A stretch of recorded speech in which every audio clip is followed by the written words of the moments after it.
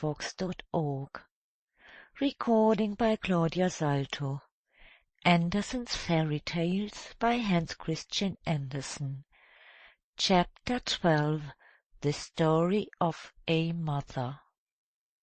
A mother sat there with her little child. She was so downcast, so afraid that it should die. It was so pale, the small eyes had closed themselves, and it drew its breath so softly, now and then with a deep respiration, as if it sighed, and the mother looked still more sorrowfully on the little creature. Then a knocking was heard at the door, and in came a poor old man, wrapped up as in a large horse cloth, for it warms one, and he needed it, as it was the cold winter season. Everything out of doors was covered with ice and snow, and the wind blew so that it cut the face. As the old man trembled with cold, and the little child slept a moment, the mother went and poured some ale into a pot, and set it on the stove, that it might be warm for him. The old man sat and rocked the cradle, and the mother sat down on a chair close by him, and looked at her little sick child that drew its breath so deep, and raised its little hand. "Do you not think that I shall save him?" said she. "Our Lord will not take him from me." And the old man, it was Death himself, he nodded so strangely, it could just as well signify yes as no. And the mother looked down in her lap, and the tears ran down over her cheeks. Her head became so heavy. She had not closed her eyes for 3 days and nights, and now she slept, but only for a minute, when she started up and trembled with cold. "What is that?" said she, and looked on all sides, but the old man was gone, and her little child was gone. He had taken it with him, and the old clock in the corner burred and burred. The great leaden weight ran down to the floor. Bump! And then the clock also stood still. But the poor mother ran out of the house and cried aloud for her child. Out there, in the midst of the snow, there sat a woman in long black clothes, and she said, "Death has been in thy chamber, and I saw him hasten away with thy little child. He goes faster than the wind, and he never brings back what he takes." "Oh, only tell me which way he went," said the mother. "Tell me the way, and I shall find him." "I know it," said the woman in the black clothes, "but before I tell it, thou must first sing for me all the songs thou hast sung for thy child. I am fond of them. I have heard them before. I am Night. I saw thy tears whilst thou sangst them." "I will sing them all, said the mother, "but do not stop me now. I may overtake him. I may find my child." But Night stood still and mute. Then the mother wrung her hands, sang and wept, and there were many songs, but yet many more tears. And then Night said, "Go to the right into the dark pine forest. Thither I saw Death take his way with thy little child." Their roads crossed each other in the depths of the forest, and she no longer knew whither she should go. Then there stood a thorn bush. There was neither leaf nor flower on it. It was also in the cold winter season, and ice flakes hung on the branches. "Hast thou not seen death go past with my little child?" said the mother. "Yes," said the thorn bush, "but I will not tell thee which way he took, unless thou wilt first warm me up at thy heart. I am freezing to death. I shall become a lump of ice." And she pressed the thorn bush to her breast so firmly that it might be thoroughly warmed, and the thorns went right into her flesh, and her blood flowed in large drops, but the thorn bush shot forth fresh green leaves, and there came flowers on it in the cold winter night. The heart of the afflicted mother was so warm, and the thorn bush told her the way she should go. She then came to a large lake, where there was neither ship nor boat. The lake was not frozen sufficiently to bear her, neither was it open, nor low enough that she could wade through it, and across it she must go if she would find her child.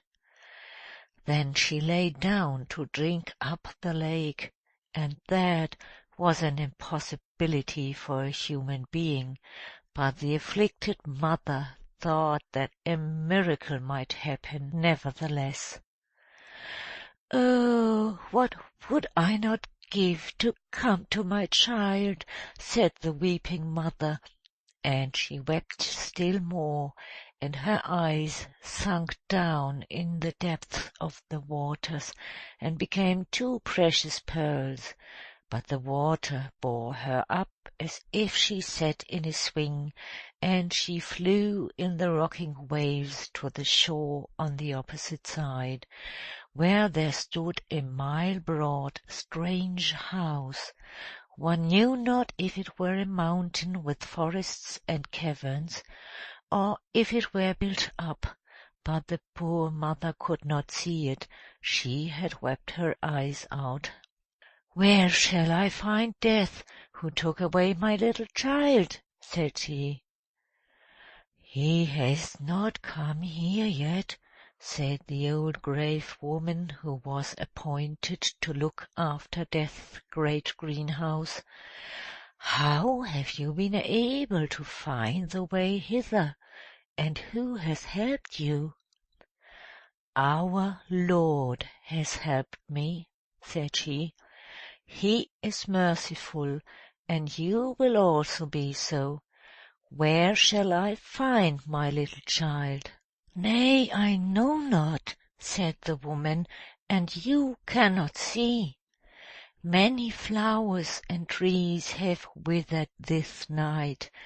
Death will soon come and plant them over again. You certainly know that every person has his or her life's tree or flower, just as everyone happens to be settled. They look like other plants, but they have pulsations of the heart. Children's hearts can also beat. Go after yours. Perhaps you may know your child's. But what will you give me if I tell you what you shall do more?" "I have nothing to give," said the afflicted mother, "but I will go to the world's end for you." "Nay, I have nothing to do there," said the woman. "But you can give me your long black hair. You know yourself that it is fine, and that I like. You shall have my white hair instead, and that's always something." "Do you demand nothing else?" said she. "That I will gladly give you." And she gave her fine black hair, and got the old woman's snow-white hair instead.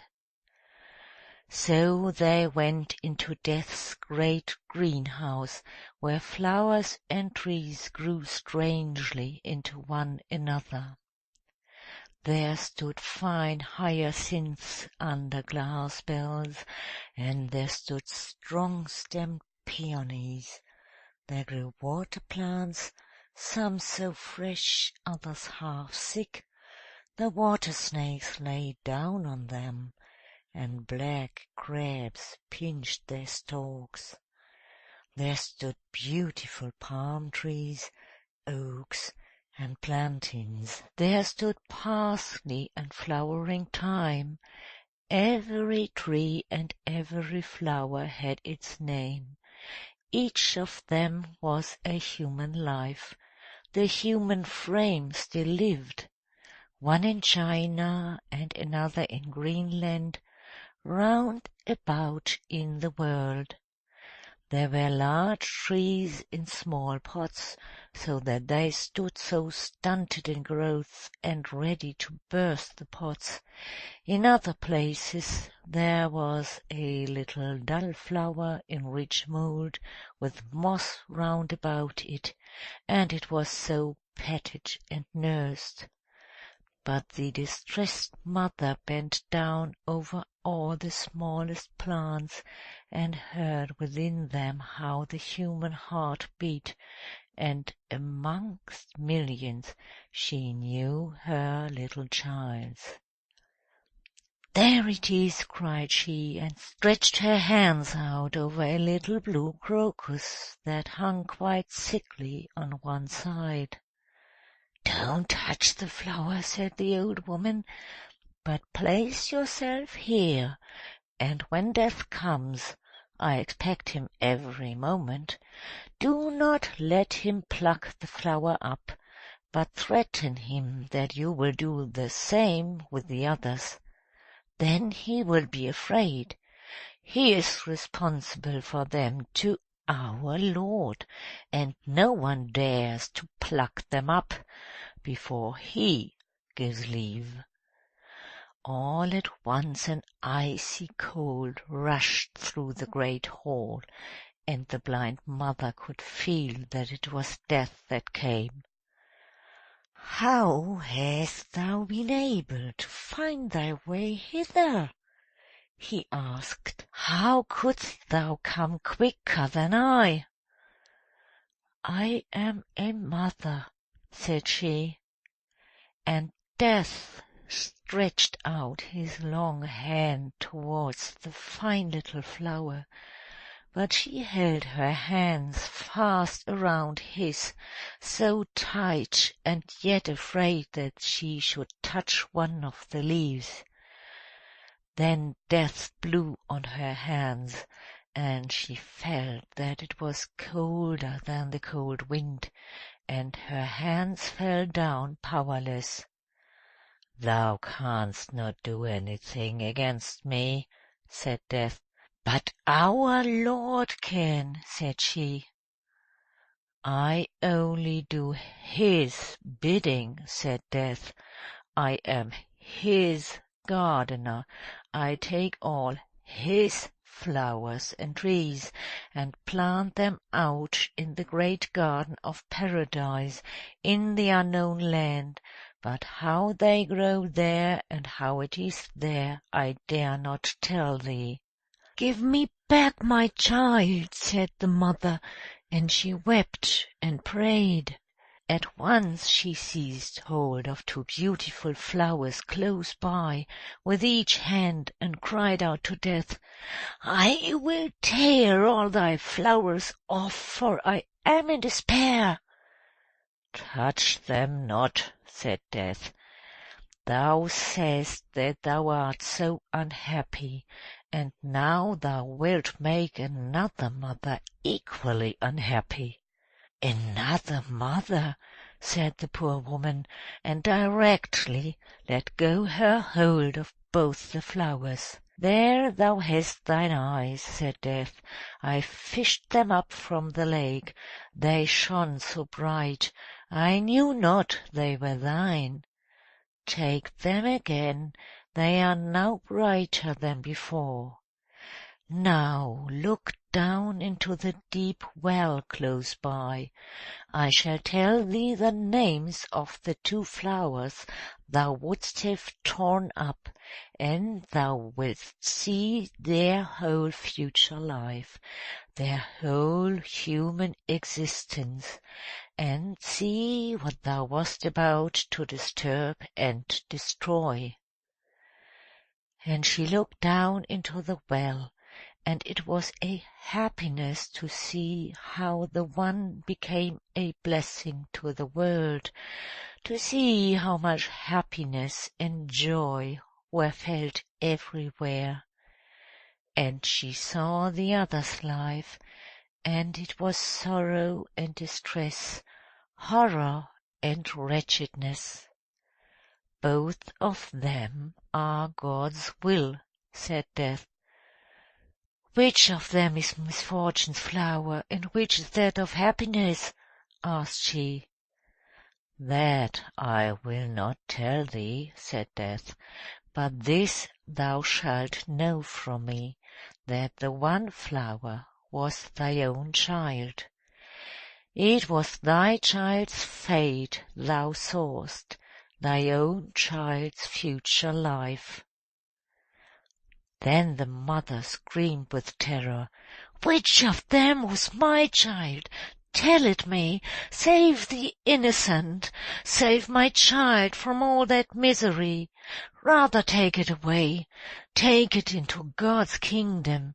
Forget my tears, forget my prayers, and all that I have done!"